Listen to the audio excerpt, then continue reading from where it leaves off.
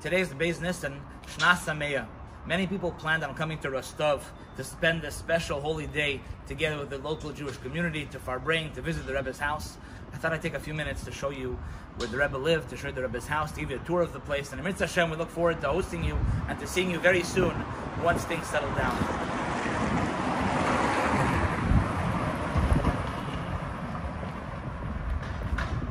So this is the house known as Bratsky Sorak Tva, the 42nd house on Bratsky Street. When the Rebbe first moved to Rostov, he moved to an apartment on Pushkinskaya, which if you look at this street, you go all the way to the end of the street, it's Pushkinskaya. That was the first apartment the Rebbe rented. When they first came, they went to a hotel for several days, and then they moved to the first apartment. There's a story how the owner of the apartment wasn't so fond of the Chassidim coming, to say the least. So it was a very difficult time for the Rebbe Rashab. They moved into a second apartment, and then eventually they bought this building. And after half a year of renovations of this building, they moved in 1918, Tishrei of 1918. What's special, if you notice, there's a very big gate to this house, something that most of the houses around here don't have. If you look at the houses across the street, they don't have these big gates. Why does this have a big gate? This was considered a house of the rich people, the wealthy, as carriages and horses were able to come in here, and it was a special house that was really something the Rebbe Rashab needed, and I'll explain why.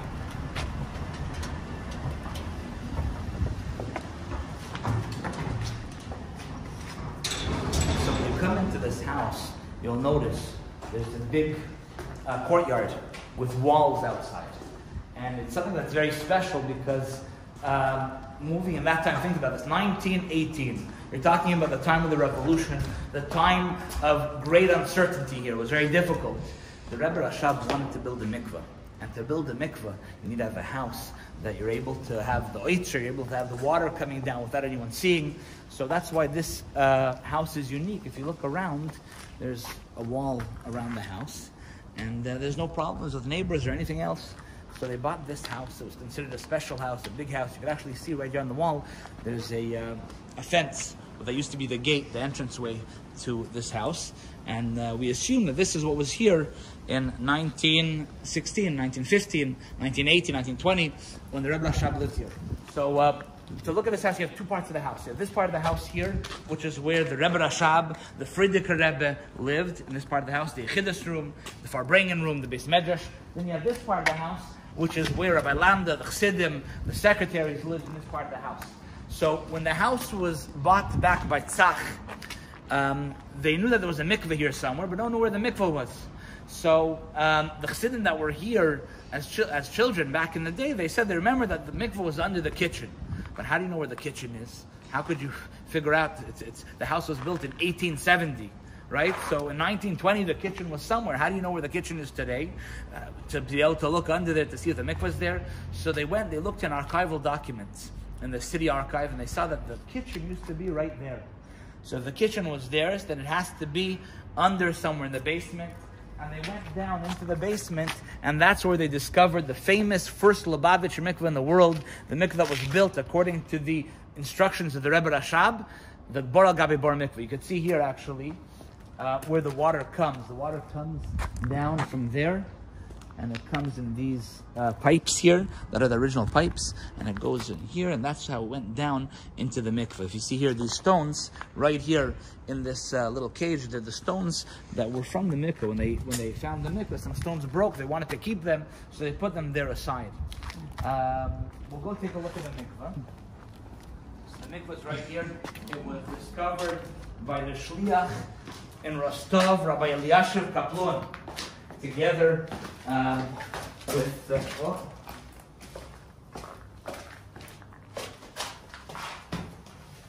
someone here. Hello. Okay, so this is the mikveh right here.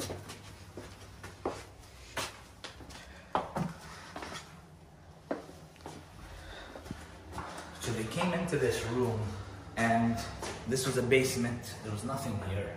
Dirt on the ground. They started, moving what was on the floor, and they uncovered the first step right here. This is the first step. They uncovered the first step, the second step, the third step, and they realized this was the mikveh. The most amazing thing that was found here was that when they dug it all up, they found that the bar, the water, the rainwater, if you look in the corner of the mikvah, that was covered with a stone, and there was still water in there when they found this. So imagine the mikvah was sitting here empty for 70 years, and then they find right in there that there's still water from the times of the Frierdiker Rebbe. This mikvah was used by the Rebbe Rashab, the mikvah was used by the Frierdiker Rebbe, and the mikvah was used by the Rebbe that came here in the times that the Frierdiker Rebbe was here. So it's an amazing schus to have such a mikvah here, and it's historic, the first Lubavitch mikvah. Okay.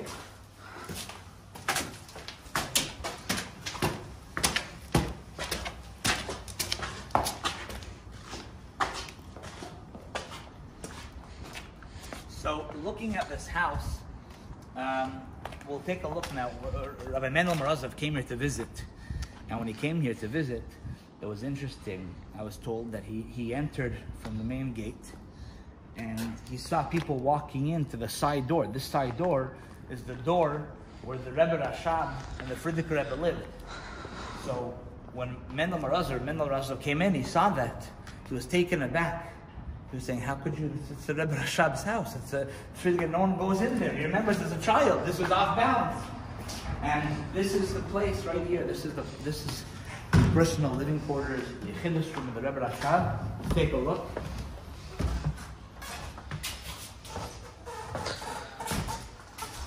You have here, Здравствуйте, Лиза. Здравствуйте. Живы, здоровы? Привет. Просто снимаю вот живой, я сейчас вот вернусь к вам. Он снимает вот меня. So here is this is where the Frierdiker Rebbe lived, down here. Obviously this was renovated, so there's not much to see here today. When there was the yeshiva here, this was the dining room. We're going to come back here soon. This is just what I do, 10 minutes. So the Rebbe Rashab's Yechidus room and the room where the Rebbe Rashab lived in, the Rebbetzin is right up here. I'm going to take a look right now.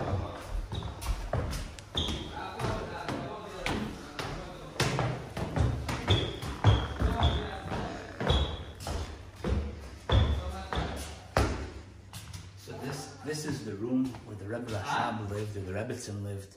Their personal quarters, 2 rooms.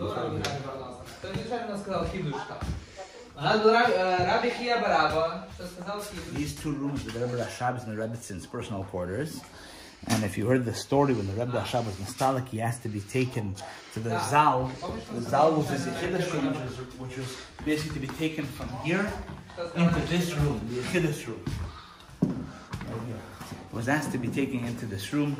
This is the Yechidus room. This is, you can actually take a look here at the entrance. There's some nails, original nails that were here when they found the house right here and right there from the times of the Rebbe Rashab. So the Rebbe Rashab had one picture taken of him when he was planning, he needed to get a visa, they were planning to go to Georgia, and the picture of the Rebbe Rashab is with this wallpaper in the background. So this is the original wallpaper from the time of the Rebbe Rashab. You could also look part of the ceiling here.